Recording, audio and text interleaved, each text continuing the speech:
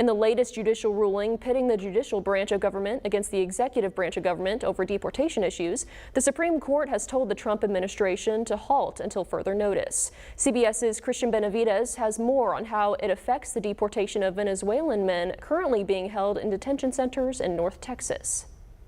The Supreme Court told the Trump administration early Saturday not to take any action to deport Venezuelan men it alleges are gang members, effectively hitting the pause button on deportations within the jurisdiction of the Northern District of Texas. In a brief order, the court directed the Trump administration not to remove Venezuelans held in Texas' Blue Bonnet Detention Center until further order from the court. Justices Clarence Thomas and Samuel Alito dissented.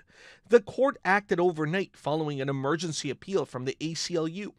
The Trump administration is expected to return to the Supreme Court quickly in order to persuade the justices to lift the order. This comes amidst ongoing criticism from the Trump administration's approach to deportations. On Friday, Maryland Senator Chris Van Hollen met with Kilmer Abrego Garcia, the Maryland man who was mistakenly deported to a prison in El Salvador in what Justice Department officials have called a clerical error. Depriving Kilmer of his constitutional rights is a threat to everybody who resides in America. He had not heard that. I believe that gave him additional strength. The Supreme Court ruled earlier this month that the Trump administration must take action to facilitate Abrego Garcia's release. But the Trump administration now maintains Abrego Garcia will never return to the U.S. Van Hollen and a growing number of civil rights advocates are lobbying for Garcia's safe return. The White House and the president had been lying about this case from the beginning.